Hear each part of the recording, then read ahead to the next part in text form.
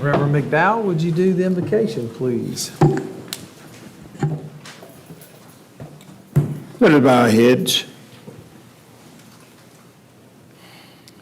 Gracious and eternal Creator, for your goodness, your mercy, for grace, and all of the things that you've allowed us and afforded us this day. Lord, we thank you for this city of ours that continues to bloom and blossom. Sometimes in the midst of a dark and dreary day, Columbia sits on a hill that shines brightly. So we pray for our citizens, we pray for this leadership, and particularly we pray for the families and all of those persons who find themselves in credulous conditions. Bless us all. We ask it and claim it in your name. Amen.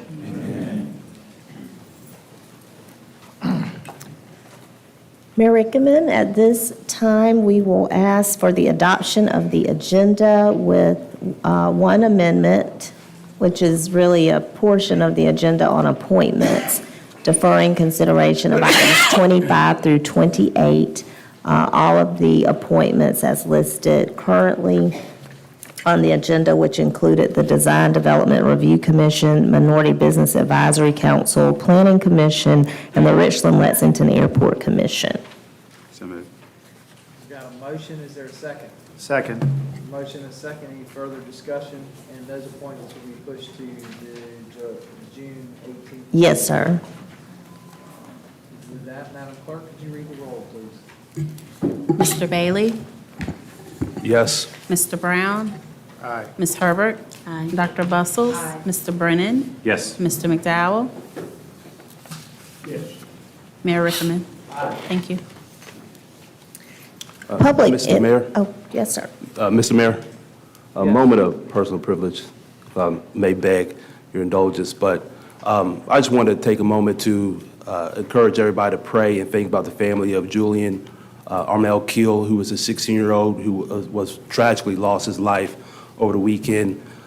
He was leaving a party. He was minding his own business. He had a bright future. He was a three-sport athlete at Keenan High School. And with the summer approaching, we've been losing way too many young folks. So I just want to let his family know that he's on my mind and in my thoughts and prayers, and just pray for the community as we move forward from this. Amen. Thank you, Councilman. At this time, public input will be received from individuals that are allowed up to 3 minutes to address City Council about items on the agenda. The items requiring a public hearing cannot be addressed at this time. And Mayor, I'll note that no one has signed up to speak. Wonderful, then we'll keep going. Let's let the people's business keep rolling. Yes, sir. Approval of minutes, item number 1. Council is asked to approve the May 14th, 2024 budget workshop and May 21st, 2024 council meeting minutes. Is there a motion? Motion. Is there a second? Second. A motion and a second. Any further discussion, changes, questions? Hearing none, seeing none, Madam Clerk, could you read the roll? Mr. Bailey? Aye. Mr. Brown? Aye. Ms. Herbert? Aye. Dr. Bustles? Aye. Mr. Brennan? Yes. Mr. McDowell? Yes. Mayor Rickaman? Aye. Thank you. Thank you. Council, as we move forward with our approval and presentation of honorary street naming resolution and other items, a friendly reminder to speak directly into your mic. We are always making sure everyone can hear us as clearly as possible. But then item number 2, resolution number R 2024-038, approving the honorary naming of East Chappelle Drive, Dr. Ronald L. Rames Way. Is there a motion? So moved. Is there a second? We got a second. Before we vote on it, I would like to take a moment to read the resolution. Whereas Dr. Ronald Reams has long history of serving the citizens of Columbia and the Greater Midlands, he began his tenure at Midlands Technical College in 1990 and became its president in 2015. As president, Dr. Reams has provides insight and leadership that is innovative, effective in addressing the challenges and opportunities of the region. He is the first South Carolina Technical College graduate to be named as president of his alma mater and the first African American to become president of Midlands Technical College.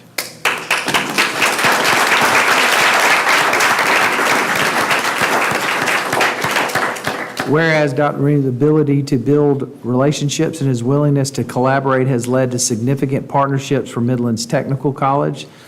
Since assuming the role of president, he has worked with every school district in Richland, Lexington, and Fairfield counties. He has also worked with other colleges and universities, as well as the business and community and organizations to secure funding for scholarship, build pipelines to employment, and make college more affordable for every student. During his time as president, Midlands Tech was designated as a Purple Heart College for its commitment to past and present members of the armed forces. Midlands Tech is a vet success on-campus site. It is the only one in South Carolina appointed by the U.S. Department of Veteran Affairs. For the last 34 years, countless students, alumni, employees, businesses, and community members have benefited from Dr. Ream's visionary leadership. So therefore, and now on, today, we name this honorary naming of East Chappelle Drive, Dr. Ronald L. Reams Way. The design and color of the honorary sign shall be subject to approved by Public Works, which has been picked out, and we have a copy here. And Dr. Reams, we would love for you to come up to the podium. And Reverend McDowell is going to bless you, and then he's going to present to you your own very sign.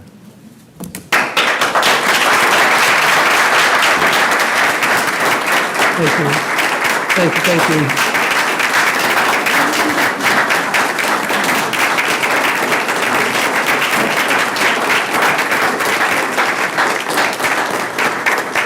Mr. Mayor and members of council, can I invite my board chair and my faculty and staff members that are here to join me, if you don't mind? If y'all don't mind, come on.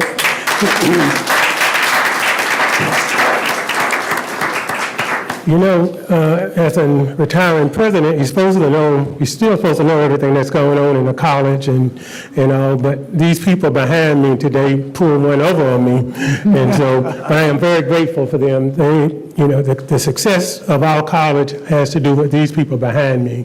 There's no way that one person can have the tremendous success that we've had at Midlands Technical College, educating people. I also wanted to say that I grew up right here nearby in Carver Heights when 277 came through. We moved on Standish Street, which is about 3 blocks from here. And so this is my home, this is my territory. I grew up in 29203, so I know this community very well.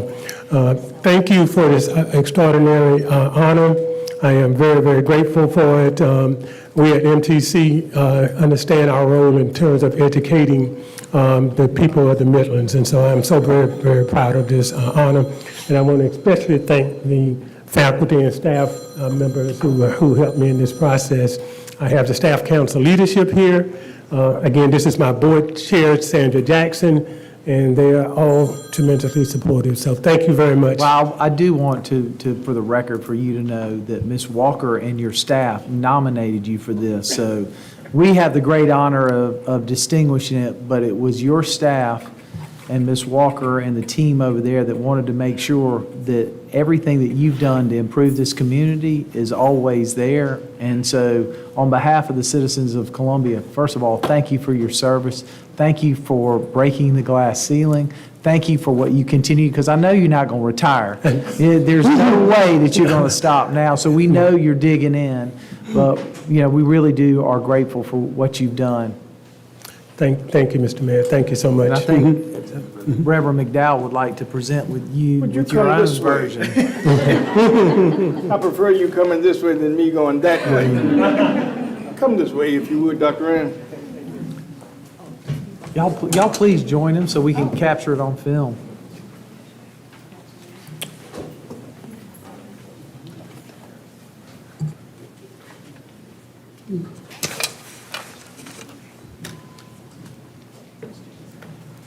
What a joy it is to be in the midst of one who serves and one who has given his time and talent and energy to this city of ours.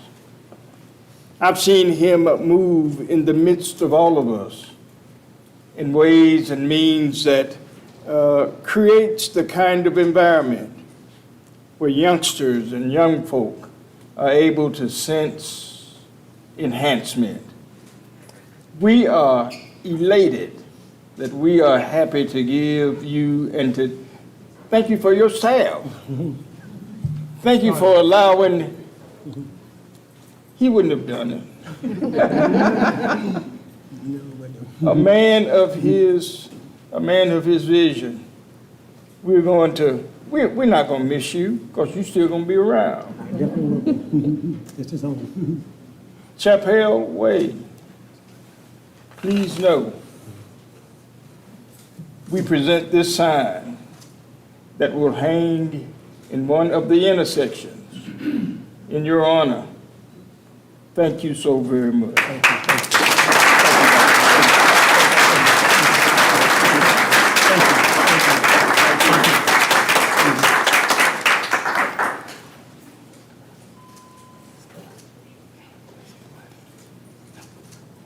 Thank you. Thank you. Thank you. Radwell, you can carry that with you. Thank you, thank you. Thank you, sir. Thank you. Thank you, sir. Be blessed. Thank you so much. I didn't see that back there.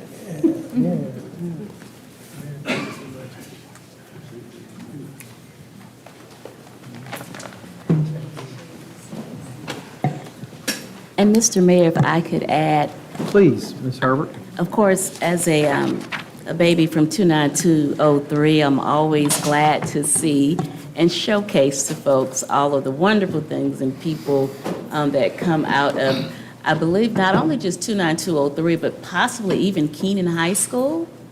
Keenan Raider. Yep. See, those are the important things for the minutes, Dr. Raines. So thank you so much. We're so proud of you. Congratulations again, Dr. Raines.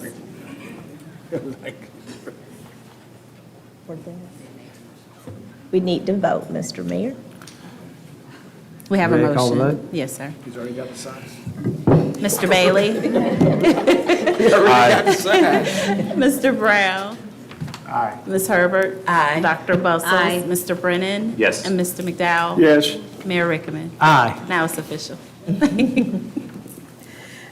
Our next presentation, item number 3, the Joy of Fatherhood Month Proclamation, the Honorable Daniel J. Rickaman, Mayor. Who will be receiving this evening? Hey, y'all will just join at the podium. Thank you very much. I'm going to read the proclamation and then allow y'all to say a few words, if that's okay. Whereas fathers are the cornerstone of strong families, providing love, guidance, and support to their children, the positive impact of fathers on their children's development cannot be overstated as they instill values, courage, growth, and foster resilience. Whereas the South Carolina Center for Fathers and Families, established in 2002, has been the beacon of support, equipping tens of thousands of fathers across the state with resources and knowledge needed to embrace responsible fatherhood.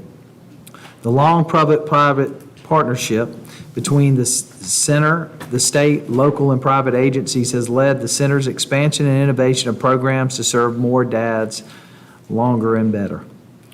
The center has developed and expanded the reach of its 5 regional fatherhood organizations, including A Father's Place, A Man to Man, Midlands Fatherhood Coalition, A Father's Way, and the Upstate Fatherhood Coalition. When fathers actively lead and engage with their children, their young lives flourish socially, emotionally, and academically. The center continues to serve as a model of fatherhood initiatives nationwide. The month of June provides an opportunity for all citizens of South Carolina to celebrate and honor the joys of fatherhood and recognizing the tireless efforts of fathers in shaping the future of our communities. So therefore, I, Daniel J. Rickaman, the mayor of City of Columbia, along with my fellow council members, do hereby proclaim the month of June as the Joy of Fatherhood Month.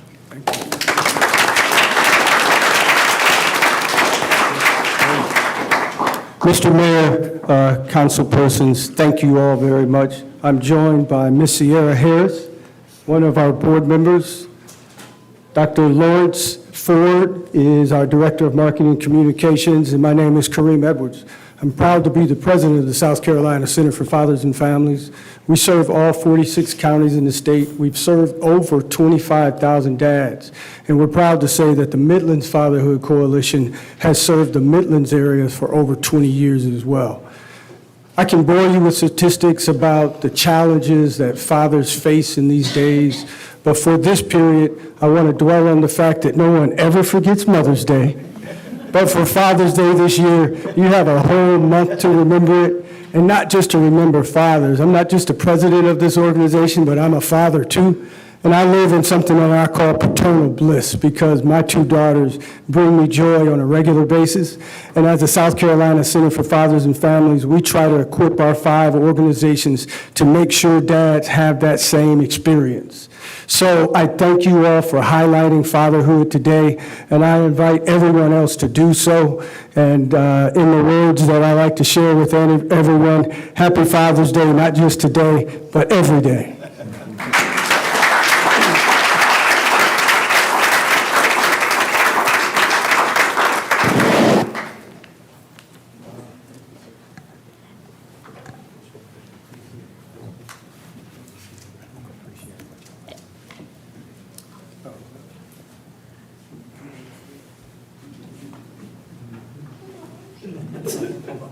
You did?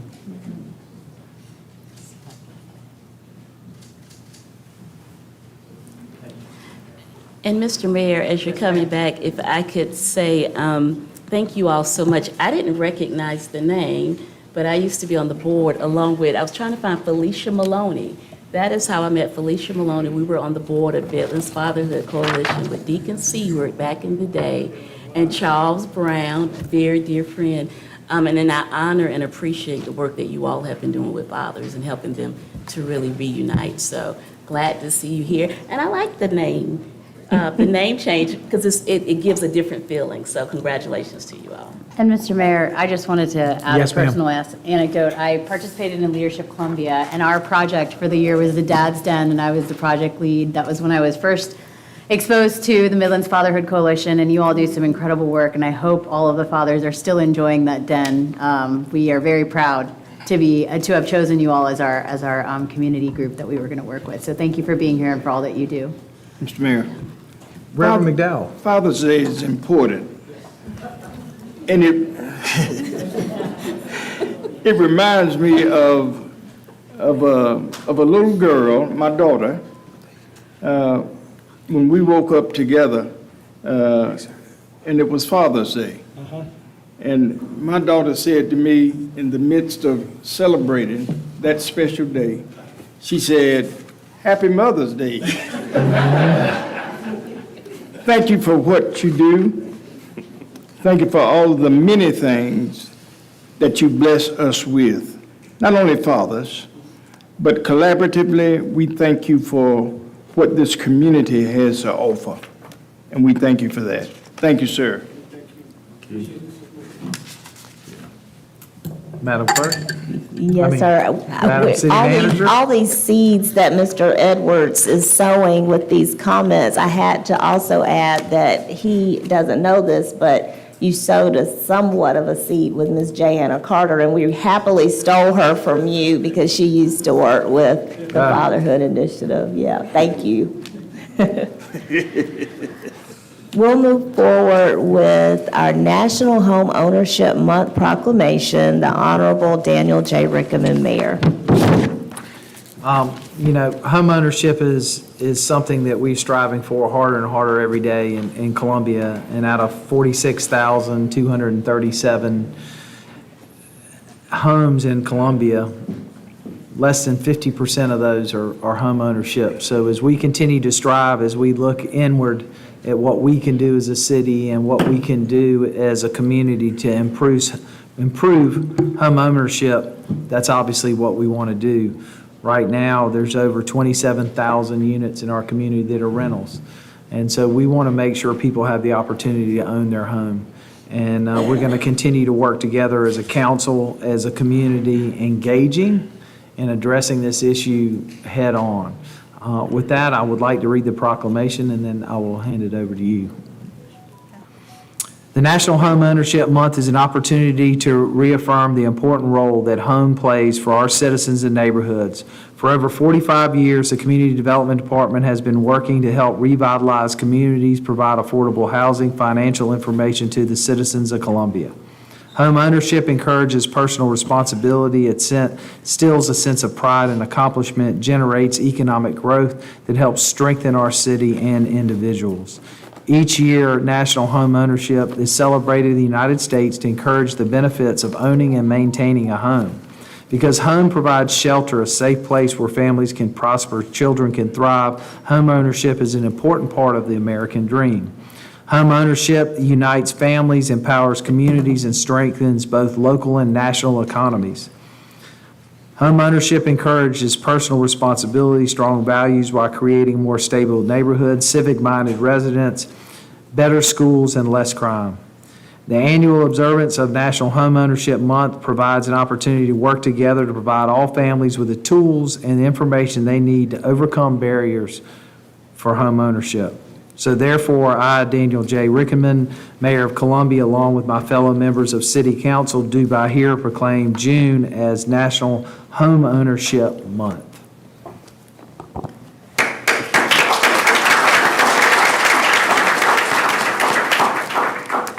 Thank you, Mayor Rickenman and members of council. Yes, thank you for recognizing June as the National Home Ownership Month. Here at Community Development, we work hard to support affordable housing, which is the pillar of building wealth and stabilizing families. And so we want to continue to thank you for your support. We are moving to a new phase as we continue to administer our entitlement dollars. And so we hope to see many more affordable housing units come forth in the city of Columbia so we can better serve the residents in the city. And so I'd like to invite my staff up with me to help recognize National Community Month as a team.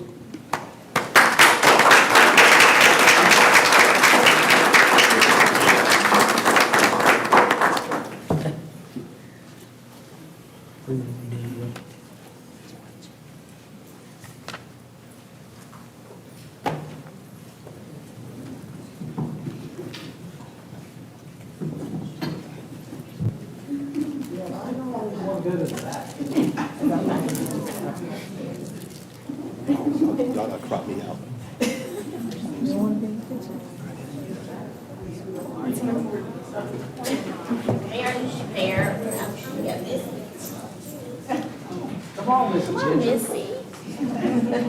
Yeah, lady.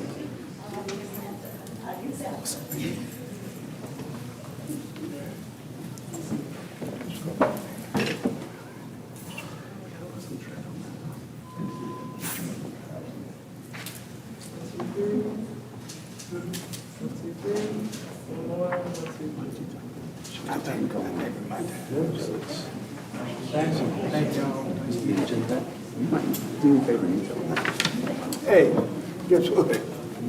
I am.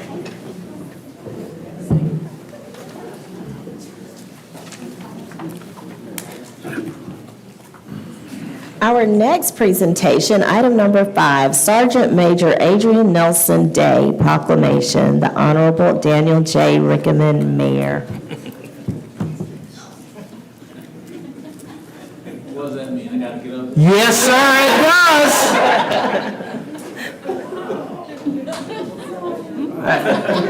You can't sit in the back row today.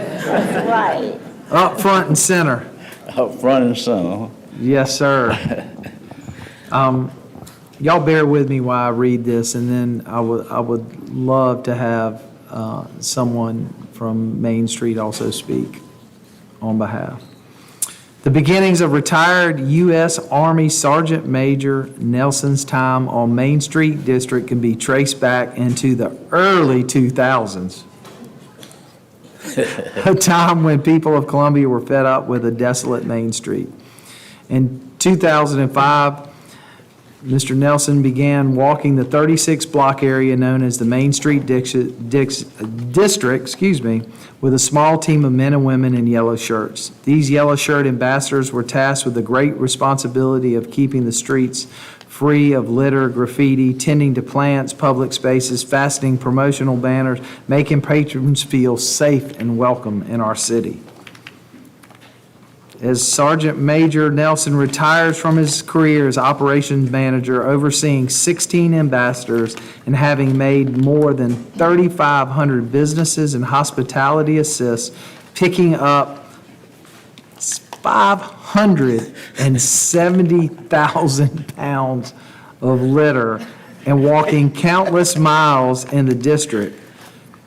So today, I, Daniel J. Rickaman, the mayor of the city of Columbia, along with my fellow council members here, do proclaim June 4th, 2024 as Sergeant Major Adrian Nelson Day in the city of Columbia.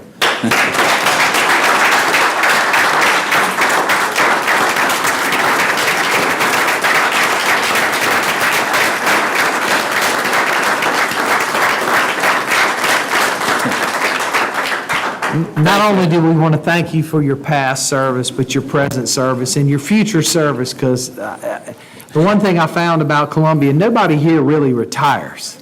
They just move into another area and start all over. So we know you've got something planned and that you're going to be part of it, but we would like to give you an opportunity to speak at the podium, and then I will ask Main Street representatives also to say a few words as well.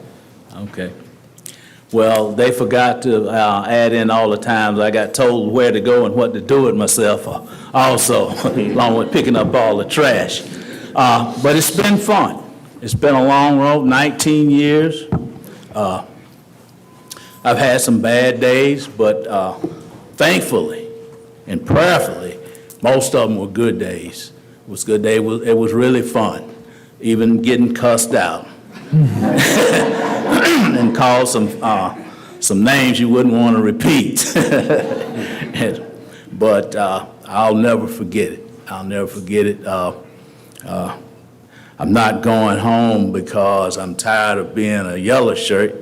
I'm going home because I'm 71 years old and it's time to do something else besides work. I've been working ever since I was 14. Even through high school and what little bit of college I went to, I've always been working. So now I'm going fishing. Our newest bass trophy. Yes, sir. But I'll probably do some other things besides fishing. Obviously, I'll come down and harass the yellow shirts. Where the yellow shirts at? Get me a yellow shirt. But like I said, it's been fun, and I don't regret it, none whatsoever. It's just time to do something else for a while. That's it. That was the only reason why I'm going home. But like I say, I live out in Dixiana, so I'll be downtown from time to time, making sure everybody's doing what they're supposed to do. Not getting paid to do it, though. That'll make it even more fun.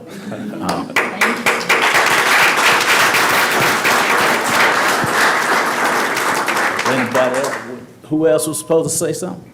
Come on over here, Kelsey. I would like to say that Adrian had no idea this was happening today. We told him that the yellow shirt ambassadors were just being recognized, as they always should be. So thank you for bearing with us and being willing to speak up here, Adrian. I know he's going to kill me later today. I would just like to reiterate how honored we are that we have this group of men and women that love Columbia and love the Main Street District and want to keep it clean and safe and welcoming. And every single one of them cares so much about their job. And so seeing someone like Adrian, who's been with us for 19 years, really is a testament to how great of a team this is and how they want to stay and they're enjoying their time in the Main Street District. So Adrian, again, thank you for everything that you've done.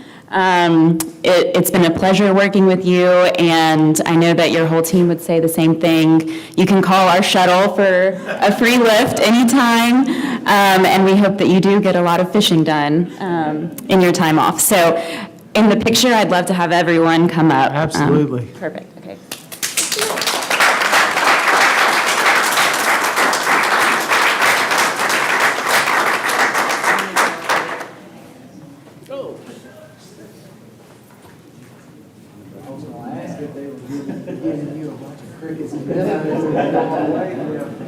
I didn't see any rods coming out.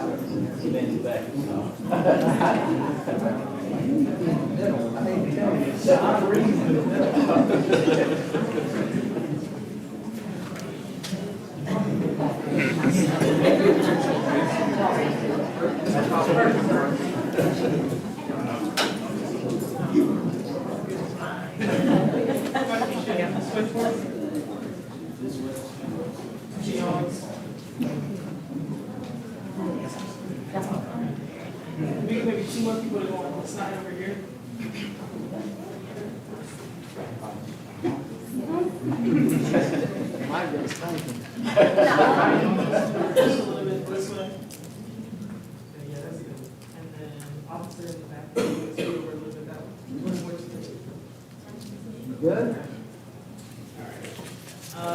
Blue shirt, you can see the wrist. A little more, there we go. Okay. And then, I don't know why you did that.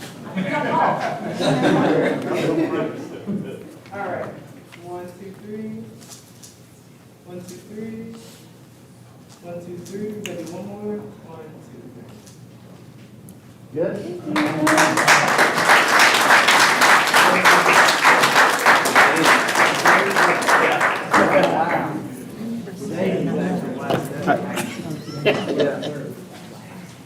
Fish bite on Wednesday, because today's his last day.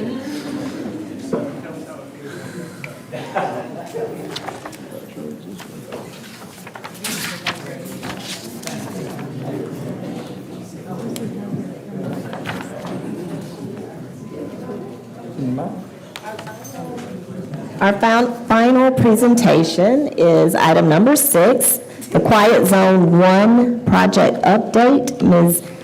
Dana Higgins, our Director of Engineering for the City of Columbia. Thank you, Ms. Wilson. Thank you for giving me the opportunity to provide an update on our Quiet Zone. Just to give you all a brief background on where we've been. In 2017, the Quiet Zone Committee was created at the city to address train horns, sounding their horns when they are 15 to 20 seconds outside of their crossing. They identified 11 different corridors throughout the city limits. And with those 11 corridors, they narrowed down on a priority corridor, which is our Quiet Zone 1, which is Gadsden Crossing to a Beltline. That includes 14 different crossings. So in February of 2020, there was a desire to move forward with the Quiet Zone. So the city issued a notice of intent to create this Quiet Zone. Let me see. So back in 2020, we issued our notice of intent. The railroad, we worked with them to go to each crossing to determine what kind of infrastructure each crossing had. There were some improvements the railroad would need to make. So in 2021, we've received the first column that says preliminary engineering construction estimate of $3.6 million for their work. Since then, we have gotten 2 additional estimates because we've been navigating with the railroad what needs to be done. There was another estimate of 3.9 in May of 2023, and the most current one that we're operating under is approximately 4.4 million. So if we have any questions on that before I move to the next one. Mr. Mayor, how are we on timeline? Where are we in terms of completing this project? That's a great question. So right now, in addition to the Norfolk Southern improvements, the city needs to also perform infrastructure improvements, which is our next slide. We've been working on the design plans for the 14 crossings, and the work for that is estimated about $1 million. So with the 4.4 plus our 1 million, we estimate at $5.4 million to have this Quiet Zone created. Right now, we only have 1.8 million, so there's a $3.6 million deficit. There is 1.8 million in the state budget if that gets approved, so that would bring our delta down to 1.8. So Dr. Russell's our timeline. we have to get the funding before we come back before y'all, but once we have the funding in place, we'll bring the agreement with the Norfolk Southern forward for y'all's approval. We estimate about 3 months before Norfolk Southern will get their part of that agreement executed. And after that, we'll start our infrastructure improvements, and that will take between 6 to 9 months. And then after we're done, Norfolk Southern will come in and they'll do their improvements. So that's about 6 to 9 months. So from the date that we bring the construction agreement forward to you for approval, we estimate around 18 months, best case scenario. Any other questions? Any other questions, council? Thank you for that update. Yes, sir. We'll continue to monitor what happens at the state and be able to move forward on this long-needed project. Great, thank you. Thank you. Madam City Manager? Thank you, Mr. Mayor and Council. We are moving into the period of our budget public hearing, ordinance first reading. Obviously, a very important time in our city as we move towards an approval of the budget for the new fiscal year. Item number 7 is ordinance number 2024-043 to raise revenue and adopt the budget for the city of Columbia, South Carolina for the fiscal year ending June 30, 2025. And with that, we'll do a brief presentation. Ms. Missy Kaufman, our Budget and Program Management and Grants Director. Thank you, Missy. Good afternoon. Thank you, Ms. Wilson. Thank you, City Council, members of the public. We are very proud to be here today and bring you the fiscal year 2024-25 proposed budget, public hearing and first reading for today. First, we will talk a little bit about the total operating budget of the city, which is $444 million. This comprises our operating budgets of general fund, our water and sewer fund, stormwater, parking, hospitality, state accommodations, tourism development fee, and liquor permit rebates. We'll also discuss our proposed capital improvement program for our water and sewer programs, wastewater and stormwater. Of course, the budget is a plan like any other document the city would do. In this case, that plan is based on meeting certain frameworks for developing the budget. And this budget seeks to align resources for the City Council's strategic objectives. Of course, we've prioritized funding towards meeting ongoing commitments and addressing a lot of the items that we have in this budget are addressing things that were previously funded with one-time funds, and so they are programmed now as a part of the budget ongoing. Of course, continued commitment to the recruitment and retention strategy for employee engagement and professional development. Meeting commitments to advance our real estate development and diverse housing opportunities, maintaining our service levels, and of course, enhancing our customer service and values. City Council has 7 strategic outcomes focusing on various components of economic growth, safe communities, organizational effectiveness, communications, beautification and appearance, built infrastructure, and vibrant community.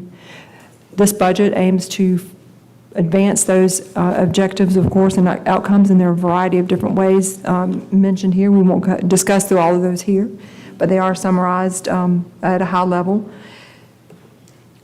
Of course, the budget is more than just numbers. It is also a plan and action for meeting services and providing the services. And this represents the different services that the city offers. We refer to it as the city by the numbers, if you will, and sort of summarizes in a snapshot all of the different services, all of the different activities that the city does every day, 365 days a year.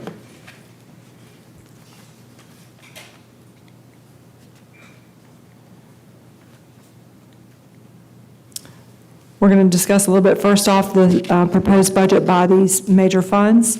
Governmental funds would include our general fund, which is the primary operating budget of the city, and our special revenue sources as well. Our general fund budget is $188 million, which is an increase of about 10.7 over the current year budget. This budget does not include any property tax increase or any other rate changes in our general fund revenue streams. The majority of our budget revenues comes from our property tax and business license and permit sources. Our total revenues is $155 million in the general fund and $33 million in transfers from other financing sources. Expenditure highlights, of course, is a balanced budget. The operating side of the budget, of course, is also, expenditure side is also $188 million. Public safety makes up the majority of the general fund expenditures for a combined budget of $83 million for police, fire, and 911. Public Works is followed as well with $24.5 million. Parks and Recreation is $15 million. And General Services, which is our support service operations, is $5 million.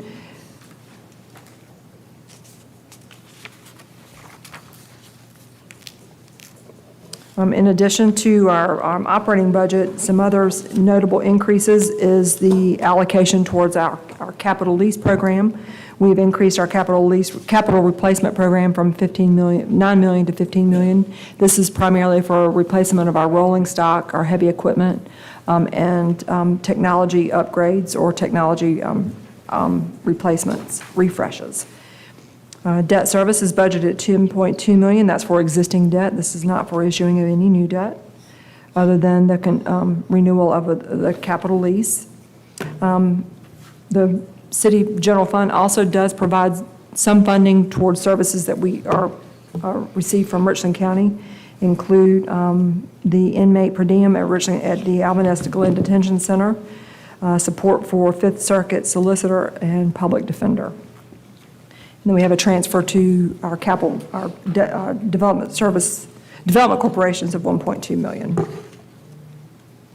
Moving on to our special revenues, we have 4 special revenues that are represented in this budget, to include the hospitality tax, accommodations tax, tourism development, and liquor rebate. Starting with our hospitality tax, this budget is $15.8 million. That reflects a 7% increase over the current year budget. We continue to see strong growth in revenues in our hospitality tax program as well.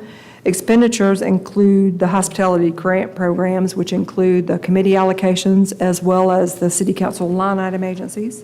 City council will take up those allocations at their next council meeting in June 18th. Those allocations are not discussed today. The budget also includes a transfer to the general fund of $4.8 million and debt service of $2.5 million. Our state accommodations tax budget is $3.4 million. This budget does not include any allocation from fund balance, so it shows a net of a reduction, but really in terms of operating, in terms of just revenue to revenue, it's an increase over the current year of $454,000, about 15%. That's in comparison to budget. It's closer in line to actual collections. We continue to see strong growth in our accommodations tax as well. State law is much more prescriptive about the use of these funds, so of course this budget is based on those allocations, still subject to city council final approval. $25,000 that is transferred to the general fund, that's according to the state code as well. 30% is to be used for advertising and promotion of tourism. 65% is to be allocated to tourism-related expenditures, and then 5% is used for general purposes. The committee was allocated $2.3 million. Those recommendations will again come to City Council at their June 18th meeting. And then debt services at $3.4 million. The debt services for the funding source for the Finley Park rehabilitation project. Next, we have our tourism development fee, which is also referred to as our local accommodations tax. This is a $4.7 million budget, almost 4.8. This is only the third year, I believe, City Council has allocated these funds beyond our prior uses. The expenditures are primarily used for the attraction of and improving services provided to tourists. The budget does include $872,000 for Finley Park. Any other allocations are still subject to City Council's final approvals, which includes a request from the Midlands Authority for Convention, Sports, and Tourism, and then continued uses of the City of Columbia Marketing and Promotion Initiative. Our liquor permit rebate is a much, much smaller allocation. It is a budget of about $438,000. There's no allocations specifically defined yet for those allocations. And of course, state law has very prescriptive uses for that funding source as well. Next, we'll talk about our enterprise funds, which includes water, sewer, stormwater, and parking. We'll start with our water and sewer fund, which is a proposed budget of $202 million. That's a net increase of about 1% over the current year budget. The majority of that revenue streams for our water and sewer fund come from water sales, which is at $125 million, sewer sales at $70 million. This does reflect a 5% rate increase. And our revenue projections, as mentioned previously, are conservative, but will, of course, meet our debt coverage and our help to fund our capital improvement program. Expenditure-wise, the total operating budgets is $119 million, which is a $1.8 million increase over the current year budget. It's about 2%. Some of the primary largest functions or services or cost out of our operating budget outside of personnel would be chemicals and electricity for our 2 water treatment plants and our wastewater plant. Utilities department is, of course, the largest department funding source in the water and sewer fund, which would include both our water treatment plants, our wastewater plant, as well as the water operations and wastewater maintenance services as well. Moving on, we also have included in the water and sewer operating budget debt service of $53 million. This is for existing debt of the water and sewer system. Transfers out is about $25 million. 14 of that is for the cash-funded portion of the capital improvement program, which is partially funded by this cash as well as bond proceeds. Next, we'll discuss our stormwater fund. Our stormwater budget is $19.1 million. It's an increase of about $900,000 over the current year, about 5%. It also reflects a 5% rate increase.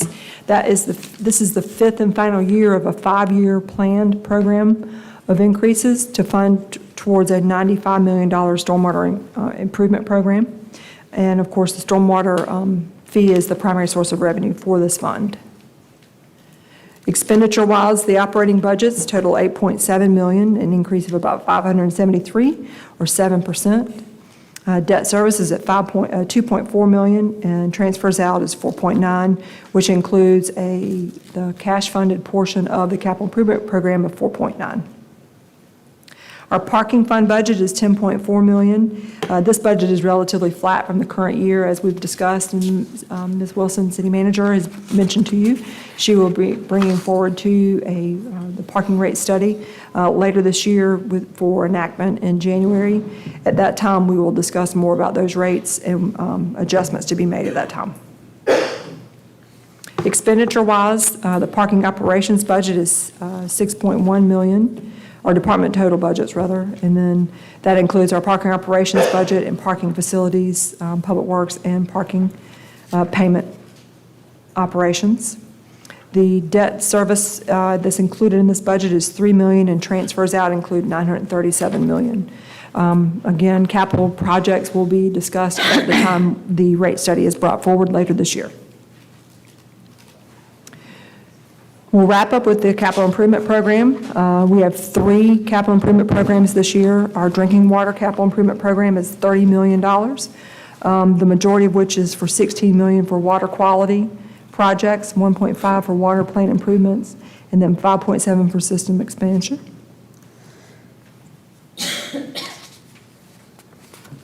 Our wastewater capital improvement program is $63 million, of course, makes up the majority of the capital improvement program, with $29 million as the largest single category for system rehabilitations. Lastly is our stormwater capital improvement program, and that's budgeted at $4 million. We have programmed in for this year's capital improvement program. And that concludes the budget public hearing presentation. Are there any questions from council? Mr. Mayor. Mr. Brennan? Missy, I see one of the 7 core focuses is beautification and appearance. Can you comment on the increase in budget, whether it's our H-Tax Clean and Safe, whether it's general budget? I believe our Columbia Water has some stormwater budget for a new street sweeper to focus on litter. Right, Can you yes, just- Can you ye- just describe where we were last year with litter focus to Sure. where we want to go now? So I can speak to some some parts of the funding, the program specifically though, within this budget. Previously, you had funded our beautification projects and both for our gateways as well as other gateway cleanup and beautifications. Funded was in part from one-time funding from surplus and from hospitality tax. The general fund budget now reflects those funding sources in the public works budget. In addition to that, in the stormwater budget, there is an allocation for an additional crew for the medians and street sweeping program. So it includes a truck as well as the personnel associated with that program that's in the stormwater. That's about $700,000. And in the general fund for the beautification work is about $800,000. That's great. Yes. I really appreciate Ms. Wilson, Clint, your team, the Public Works, really prioritizing that. Taking pride in the way our city looks is very important. So it's great to see us working that in to a repeat in the revenues every year. Yes. Thank you. Any other questions?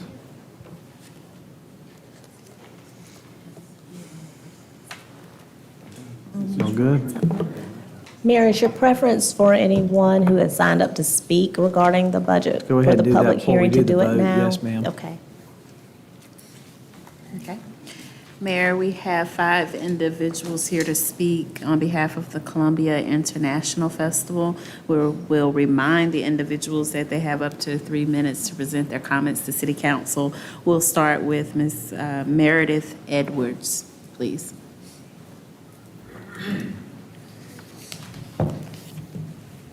Hello, City Council. My name is Meredith Edwards. I work with the Columbia International Festival, which is located at 610 Pickens Street, Columbia, SC. We just wanted to be here today to thank you for the support that you've given in past years with your H-Tax and A-Tax dollars. The Columbia International Festival is such a great opportunity for us to learn about all of the diverse communities in our city, and we love to see just how much diversity is represented in Columbia in such a visual way where it's all put together and it brings all the communities together at the same time. So thank you all so much for your support of this, and yeah. Thank you. Mayor, we have Mr. Michael Kriegline. Again, Dr. Alluri sent us here to... Don't worry, he did. Yep, so I know you all know him.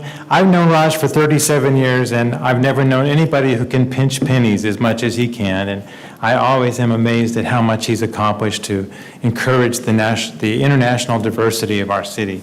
As you know, this coming year is the 30th anniversary, so with your help and support, we know it'll be bigger and better than ever, and we just want to thank you again for your ongoing support, and we'll save the rest of the presentation for next time. All right, thank you. All right. Clark? Mr. Barry Knighton. No. All right. Ms. Irina. Nope. Mr. Bill Sweeney.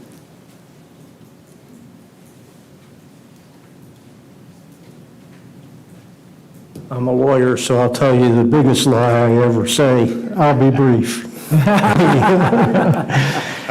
I grew up in New York and lived there until I came here for law school. And New York, you can't have a more diverse place than New York, but never did I see them celebrate it the way we do here in Columbia. There was never the inclusion of all the different types of people. There might be celebrations, but it would be a celebration for a single group or maybe a couple of groups together. But here what we do, what you guys have really done for us is really fabulous, the way we celebrate the diversity and inclusion of all the people there. And I hope you all get to come to the festival. It's great. Thank you very much. Thank you, sir. Madam Clerk? That concludes the list. All right.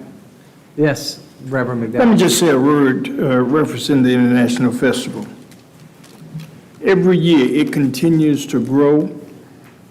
Every year, I am pleasantly surprised that when I walk through those doors, those numbers sort of overwhelm me, and the diversity and the culture that's there.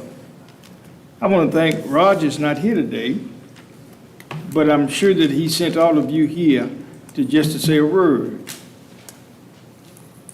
There's intent behind that conversation, I'm sure. And the intent, of course, is I want to support this festival as much as we can. And, of course, the city, in all of its wisdom, needs to support this festival tremendously well. Thank you all for being who you are and whose you are, and let's look forward to continue this emphasis in the life of this city of ours. And I need to say that. Thank you so much. Thank you. Any other comments? And that concludes all comment? Yes, sir. Folks that signed up? Yes, sir. That, I'll entertain a motion. So move. So I have a motion, second. Any further discussion? Hearing none, seeing none. Madam Clerk, could you read the roll? Mr. Bailey? Aye. Mr. Brown? Aye. Ms. Herbert? Aye. Dr. Bustles? Aye. Mr. Brennan? Yes. Mr. McDowell? Yes. Mayor Rickaman? Aye. Thank you. Much appreciation, Mayor and Council. The consent agenda consists of items 8 through 17. I'm taking them collectively, sir. Yes, ma'am.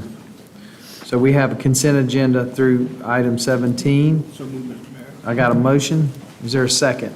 Second. A motion and a second. Any further discussion? Hearing none, seeing none. Madam Clerk, could you read the roll? Mr. Bailey? Aye. Mr. Brown? Aye. Ms. Herbert? Aye. Dr. Bustles? Aye. Mr. Brennan? Yes. Mr. McDowell? Yes. Mayor Rickaman? Aye. And with great interest, we know the next item that Mr. Shealy's going to join us and enlighten us on Crane Creek, who just keeps on giving, the gift that keeps on giving.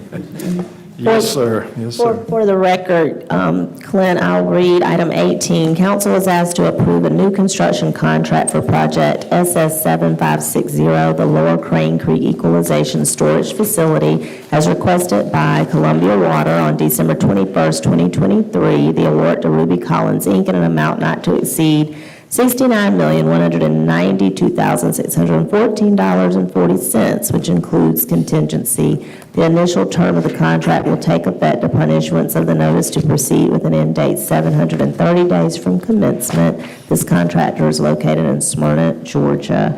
I know Clint will touch upon the funding sources. Yes, ma'am. Thank you, Ms. Wilson.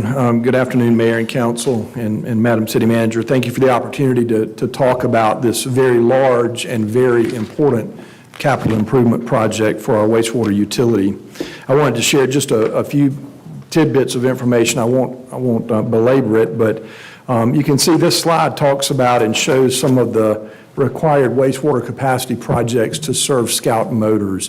But I want you to know in no uncertain terms, this project is just not about Scout Motors. This was a project that we had conceptualized at least 5 years ago to serve the growth in both the Northeast and Smith Branch areas and to take some of the peak wet weather flow off of our main trunk line that serves the Rocky Branch Basin downtown Columbia. So it is a project that we had in the works and in design. It was not slated to advance to bid and construction quite yet. We had it pushed out a few years based on funding availability and the anticipated growth that was happening within those basins. And then came along Scout Motors, and that advanced the need for the project to today's, to where we are. So our customers in the basins are going to benefit greatly from this, in addition to allowing us to serve Scout Motors. A few things about the project itself. A couple of details. It includes an 8 million gallon wet weather equalization storage tank and a 25 million gallon pump station that works in conjunction with that tank to allow it to fill during peak flow times and to drain it back out during non-peak flow times. And it basically creates a wide spot in the pipe in our hydraulic capacity to serve the growth in the area. We have a very similar type of facility along the Saluda River, and that's worked really well for us over the past few years, so we're kind of mirroring that concept. In addition to the work that's happening to build that pump station and storage tank, we're also going to blast the rock in preparation for a project in the next 5 years to move our North Columbia pump station, which is running out of space for expansion, and we're going to build a new station up on this site as well, a 40 million gallon a day station. So we've kind of master planned the site to be able to accommodate that. The really important thing is the funding. Over half of this project is being funded by grant dollars, Department of Commerce dollars. We used about $10 million to service or to fund linear infrastructure to extend sewer up to the Scout Motors site. The additional $25 million of that $35 million grant is being used to support this project.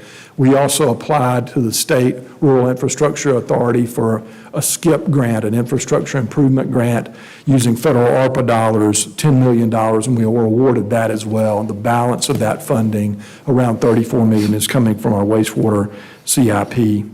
Because of the blend of funding that we're using for the project, we were not able to incorporate our mentor protege program or our CDBE programs within the project framework.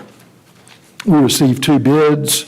We value engineered the project with our consultants and with the engineering team and with the contractor, and we're excited to be moving forward with a well-qualified contractor to service this project. The little engineering drawing there, I'd be remiss if I didn't include that. The site really works out well. It's at the confluence of the 36-inch interceptor along Smith Branch and the 48 interceptor along the Crane Creek Basin on property that the city already owned, the old Eau Claire wastewater treatment facilities. What questions might you have? Are there any questions? Yeah, go ahead. Is it typical to have so many subs? Is there a way to kind of streamline this? Because it sounds like it's just everybody's taking a small piece of it, and anything we can do to reduce the burden. I'm most concerned about the water and sewer capital projects budget, because we have plenty of other projects that could be using that funding. Yes, ma'am. So the number of subs is really driven by the nature of the work. You'll see Ruby Collins is self-performing, I think, about 75% of the project. The pre-stressed concrete storage tank is about $6 million of the project. That's specialty work. Gregory Electric, the local electrical contractor, is performing a portion of the electrical work. There are specialty coatings that are involved. So, Dr. Bustles, it's a great question, but it's really not unusual in terms of the number of subs for a project of this magnitude. I would add, Clint, that there is at least one MBE, even though due to the funding sources, it being the type of sources that you described doesn't allow for our programs, but at least I think Ruby Collins was still willing to ensure that there was some minority business enterprise affiliated with the project. Yes, ma'am. And I just wanted to add too, but that is why we do like any chance that we can get Dr. Bustles to break down projects, because it allows us to spread the wealth a little bit as opposed to one big company getting all of the bang for the buck too. And Mr. Mayor. Mr. Brown and then Mr. Bailey. So Clint, I know this isn't totally about Scout Motors, but it's a lot about Scout Motors. So what's our 10-year usage with them, and how is that going to affect our return on investment? Yes, sir. Great question. We anticipate that they're going to be using around 1 million gallons a day of water and releasing the vast majority of that as wastewater for phase 1. If they move to phase 2, that will double, so potentially 2 million. And so, again, we're getting some return from this investment, and that's a financial calculation that we can talk about. But the fact that we needed to do this project anyway to serve the growth in that area is really it's great to be able to advance it and pay for half of it with the grant dollars. By a significant amount of time. Yes, sir, absolutely, absolutely. Mr. Bailey? Yes, Mr. Shealy, who was the one MBE, if y'all have that information handy? I believe it was lenders from, Yes, I was at, Reverend McDowell was asking about the information for the MBE who is on this project. yes, sir. Lenders Construction out of Newberry at almost 5% of the project, $3.248 million. They're a hauling service provider, and you can imagine with the amount of excavation and rock blasting and whatnot for the site, there's quite a bit of hauling that's going to be occurring. Thank you. Yes, sir. Any other questions? Any other questions from council? You may have mentioned this in the presentation, and it says in here that it includes contingency. You don't anticipate coming back to ask for more, do you? I do not anticipate that, Dr. Bustles. No, ma'am, I do not. Duly noted. Yes. Yeah. With that, I'll entertain a motion. Got a motion and a second. Any further discussion? Madam Clerk, could you read the roll? Mr. Bailey? Aye. Mr. Brown? Aye. Ms. Herbert? Aye. Dr. Bustles? Aye. Mr. Brennan? Yes. Mr. McDowell? Yes. Mayor Rickaman? Aye. Thank you. Ordinances for first reading, item 19, ordinance number 2024-040, consenting to the inclusion of property in a multi-county industrial business park, the Silver Hills Hugie LLC, formerly referred to as Project Silver Hills in Richland County. The project was endorsed by the Economic Development and Infrastructure Committee on February the 20th, 2024. Is there a motion? Motion? Second. There's a motion and a second. Any further discussion? Hearing none, seeing none. Madam Clerk, could you read the roll? Mr. Bailey? Aye. Mr. Brown? Aye. Ms. Herbert? Aye. Dr. Bustles? Aye. Mr. Brennan? Yes. Mr. McDowell? Yes. Mayor Rickaman? Aye. Item 20, ordinance number 2024-041, granting an encroachment to Richard Ladson for the use of the right-of-way area of the 700 block of Abelia Road for the installation and maintenance of a reinforced concrete bollard. I got a motion. Is there a second? Second? Motion and a second. Any other further discussion or questions? Seeing none, hearing none. Madam Clerk, could you read the roll? Mr. Bailey? Aye. Mr. Brown? Aye. Ms. Herbert? Aye. Dr. Bustles? Aye. Mr. Brennan? Yes. Mr. McDowell? Yes. Mayor Rickaman? Aye. Thank you. Item 21, ordinance number 2024-048, amending the 1998 Code of Ordinances of the City of Columbia, South Carolina, Chapter 22, Streets, Sidewalks, and Other Public Places, Article 3, Obstructions, Section 2271, Prohibited, the removal, adding Section 2275, Signs in the Right-of-Way, Section 2276, Signage Removal, Section 2277, Appeals, and amending Article 4, Banners over Streets and Right-of-Way, Section 22108, Application for Approval, and Section 22109, Administration and Enforcement Appeals, Exceptions. This change in and additional language was endorsed by the Public Safety Committee on May So moved. 21st. Got a Second. motion? Is there Second. Got a motion and a second? Any further discussion? Hearing none, seeing none. Madam Clerk? Mr. Bailey? Aye. Mr. Brown? Aye. Ms. Herbert? Aye. Dr. Bustles? Aye. Mr. Brennan? Yes. Mr. McDowell? Yes. Mayor Rickaman? Aye. Resolutions, item 22, resolution number R 2024-036, approval for release and abandonment of a portion of existing City of Columbia sanitary sewer main easements for Point Grand Columbia Apartments at 25 Technology Circle in Richland County. Is there a motion? Is there a second? Second. Got a motion and a second. Any other questions, concerns? Hearing none, seeing none. Madam Clerk, could you read the roll? Mr. Bailey? Aye. Mr. Brown? Aye. Ms. Herbert? Dr. Bustles? Aye. Mr. Brennan? Yes. Mr. McDowell? Yes. Mayor Rickaman? Aye.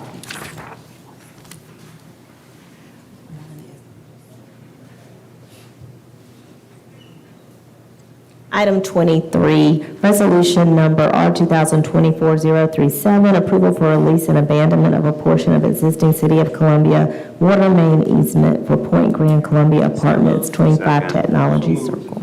Got a motion and a second. Any further discussion, questions? Hearing none, seeing none, Madam Clerk, could you read the roll? Mr. Bailey? Aye. Mr. Brown? Ms. Herbert? Dr. Bustles? Mr. Brennan? Yes. Mr. McDowell? Yes. Mayor Rickaman? Aye. Thank you. One event resolution, item 24, resolution number R 2024-026, authorizing consumption of beer and wine only within the 2700 block of Divine Street between Woodrow Street and Maple Street at Craft and Draft's 10th anniversary on Saturday, July 13th, 2024, with a rain contingency date of Saturday, July 20th, 2024. Motion and a second. Is there any further discussion, questions, or concerns? Hearing none, seeing none, Madam Clerk, could you read the roll? Mr. Bailey? Aye. Mr. Brown? Aye. Ms. Herbert? Dr. Bustles? Mr. Brennan? Yes. Mr. McDowell? Yes. Mayor Rickaman? Aye. Deferring appointments and moving into the City Council committee reports, referrals, and new business. Is there any committee reports that'd like to come out this time? Not hearing none, I would like to add in the new business that City Council asks our city manager to work with Dream Key on a proposal to work with our development corps to help get some of the open projects that we have visited and talked about going and funded and built. I would ask that she would work and get a proposal back for this council to look at and consider in the near future. I got a motion, is there a second? Will this take another action from? Yes, yes, sir, it will. Second. I got a motion and a second. Any further discussion or questions? Hearing none, seeing none, Madam Clerk, could you read? I'm sorry. Yes, ma'am, I'm sorry. Just a quick question. Well, so I think the next question may be, do we still meet next week to discuss? I believe so. I believe so, and I think after this, my question was going to be to council, could we go ahead and nail down that time for the work session? Yes, ma'am. Madam Clerk, could you read the roll? Yes, sir. Mr. Bailey? Aye. Mr. Brown? Aye. Ms. Herbert? Aye. Dr. Bustles? Mr. Brennan? Yes. Mr. McDowell? Mayor Rickaman? Aye. I guess the next question for me would be, would work session 1 to 3 work for council? So, Mr. We currently have a 1 o'clock and a 3 o'clock. I would recommend 11, and if that's too early, then possibly we could move the 3 o'clock and to 11 a.m., and the work session will begin at 3. Yeah, I would prefer the 3 p.m. work session if that is possible. Is that possible? Can we shift those, flip those? That works. It's up to you all, yes, sir. Does that work for council? We may move the Economic development to 2 o'clock then. We had a consultant and a couple of, 2 consultants actually lined up to come at 1 o'clock, so I didn't want to mess with their schedules if we didn't have to. 'Cause That's it's- fine. Okay. We'll make it work. That works. 2 o'clock? That's at 1. 1, 1 o'clock is economic development and infrastructure committee. and this will be at 3. Yes. And then Arts, Historic, Preservation, Philanthropy will now be at 11. Does that work for you, Mr. Bailey? It works, That's Works. hopefully. It works, Mr. It works. Bailey. Okay. All right. So arts at 11, economic development at 1, And 3 p.m. and 3 o'clock work session. Perfect. Does that work? I'm working on multiple committees, so thank you. We always are. Thank you very much, Madam Clerk. Thank you, Madam Clerk.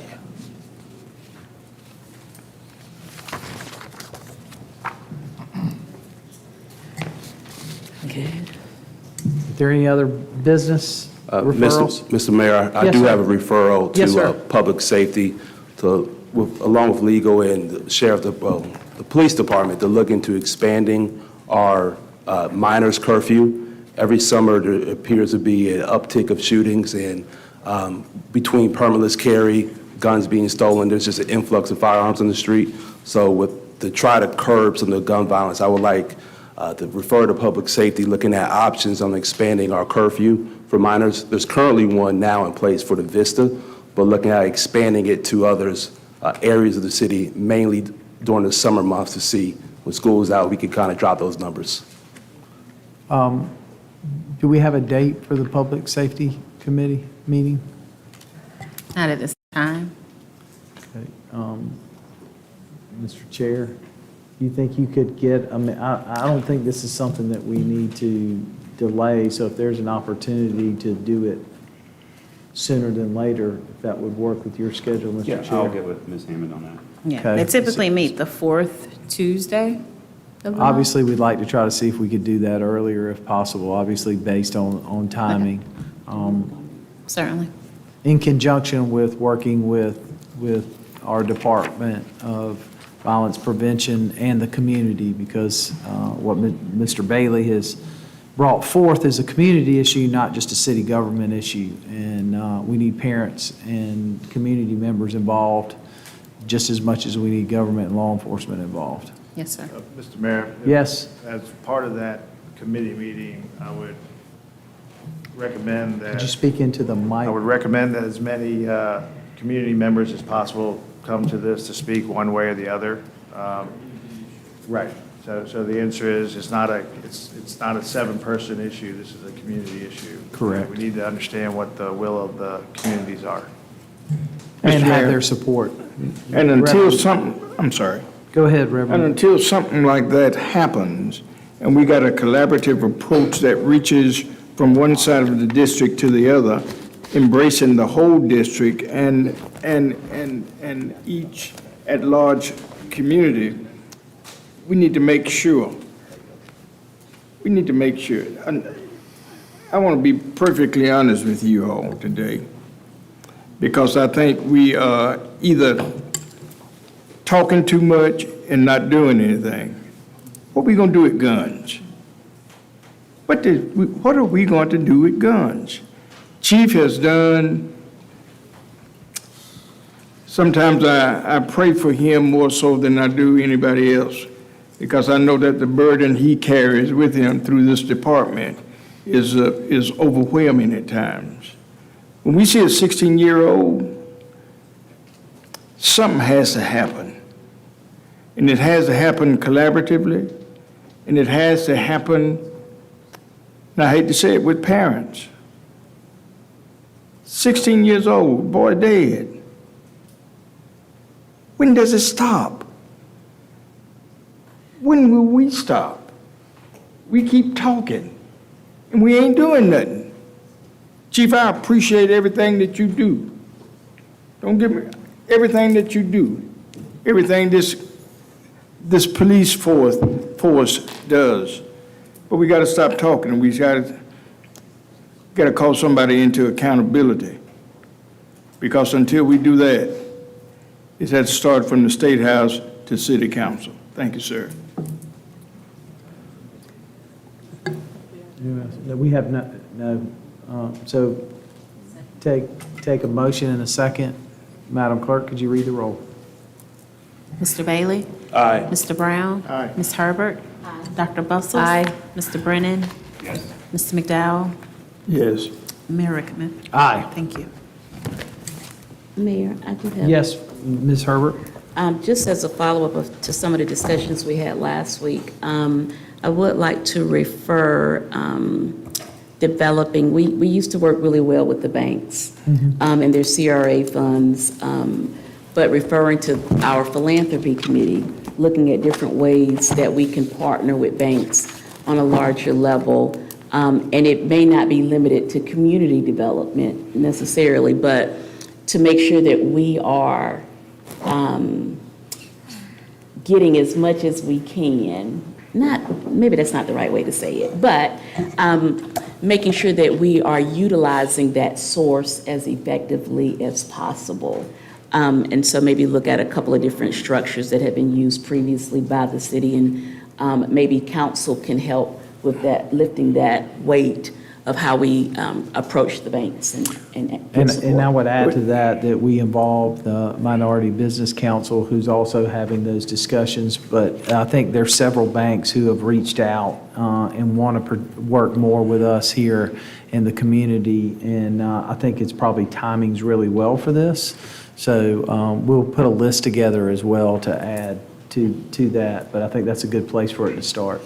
Mr. Mayor, in addition to that, Yes, sir. each bank has a CRA plan plastered on its walls.